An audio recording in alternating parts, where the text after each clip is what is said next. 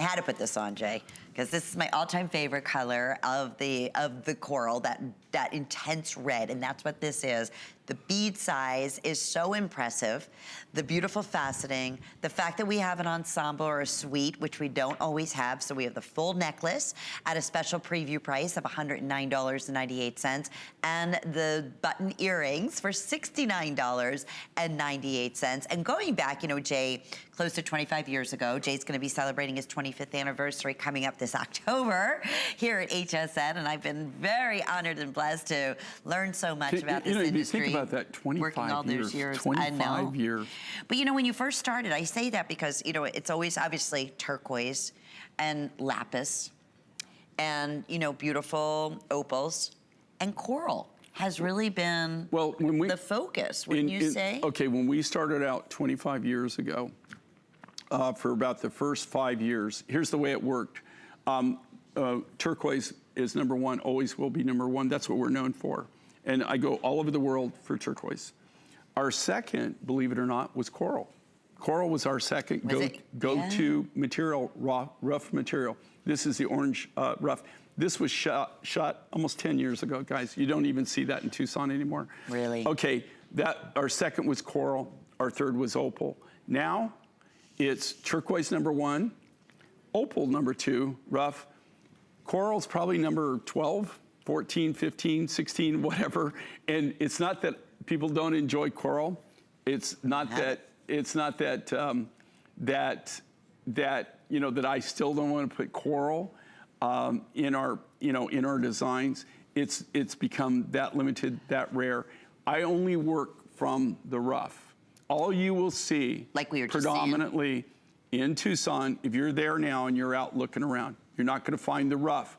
That being said, I will qualify that statement.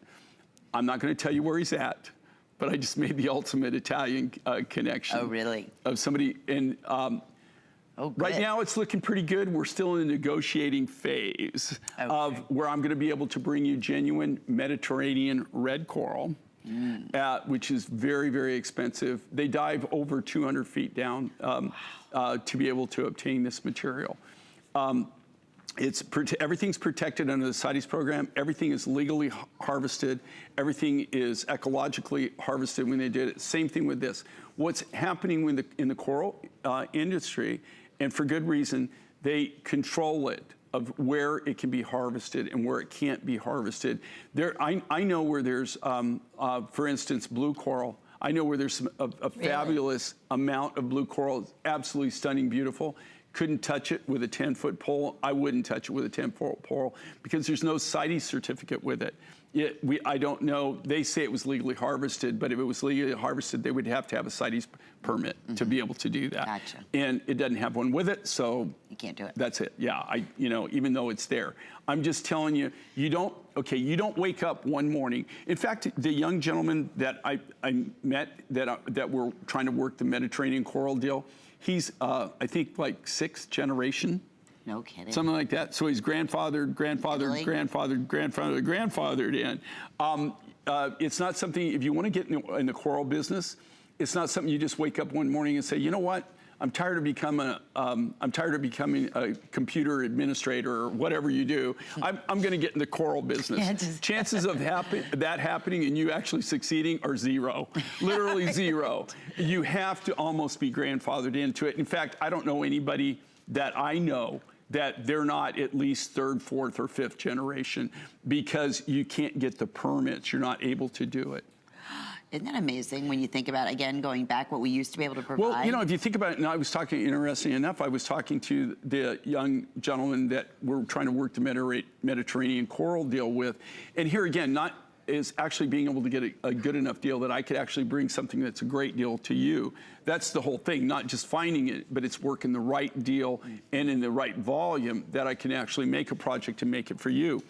And I told him, I said, you know, funny enough, you know, when I told him, you know, we used to have black coral. We used to have gold. Yeah, I started naming everything. He goes, oh my gosh. He goes, yellow? Didn't we have yellow? Oh, we had yellow. We had blue. We had yellow. We had what they call angel skin. And I'm talking the natural corals, not things that they've done color treating and things, which is what they actually have to do enhancement to be able to get the colors of it.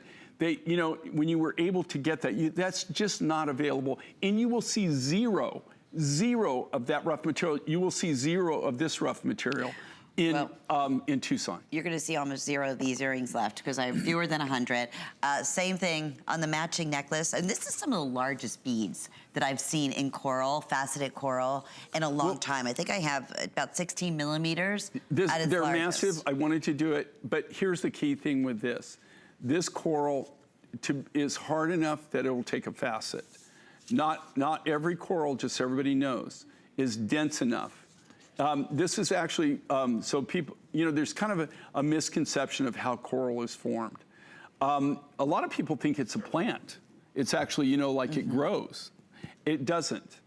It's actually formed by these little teeny microscopic animals that are called polyps. And if you look under a microscope at them, they look like little starfish.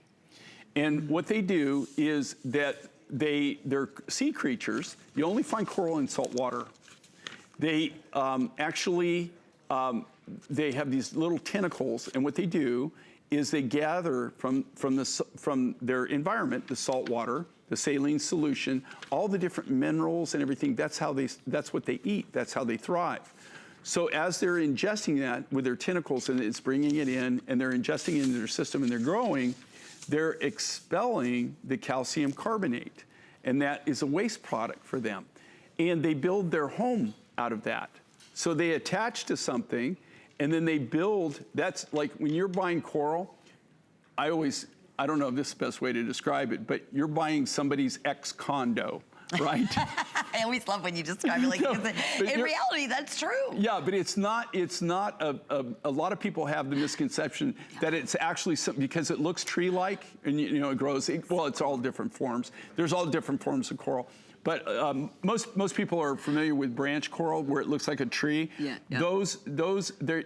People think that it's some form of plant. It's not. It's actually formed by microscopic polyps. Amazing. 080083, brand new on the day today. One of the largest of the coral beads in a necklace that we've seen in a long, long time. Very, very, very popular. You know what?